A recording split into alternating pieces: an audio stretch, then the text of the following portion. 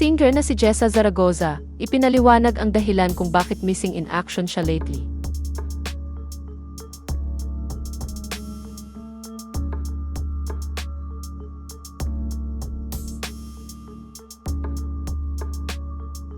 Kamakailan ay nagbigay ng update sa social media ang singer na si Jessa Zaragoza tungkol sa kanyang kalusugan.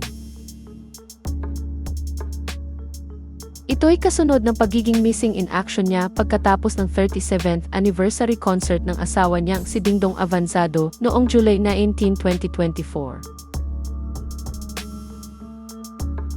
Nag-post ng mga litrato si Jessa sa kanyang Instagram account kung saan makikitang nasa loob siya ng ospital.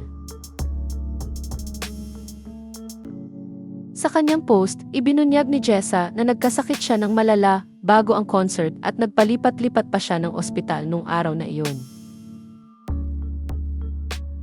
Sinabi rin niya na matapos ang ilang medical tests, ay sumailalim siya sa operasyon matapos madiskobring namamaga at may bukol ang vocal cord niya. Anya, "This is the second time I've dealt with something to this extent. So it definitely alarmed me that I had to go through this again.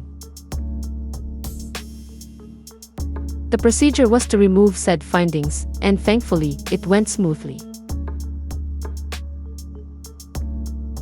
Ayon pa sa kanya, tapos na siyang operahan at kasalukuyan na siyang nagpapagaling kung saan kailangan niyang mag-complete vocal rest ng mahigit 1 linggo. Sinabi rin niya na napapakanta na siya ng kanta niyang Parang Di Ko Yata Kaya dahil sa stress.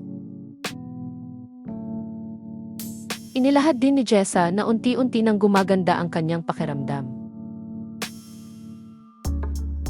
Inihayag din ng singer na excited na siyang makapag-perform ulit bilang magkakaroon siya ng concert sa Amerika sa September kasama ang kanyang asawa na si Dingdong at anak nilang si Jada.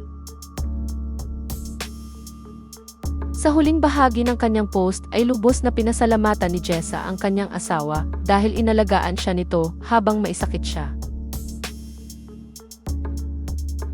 Anya, "Thank you my husband, Dingdong, for taking care of me while I was in the hospital."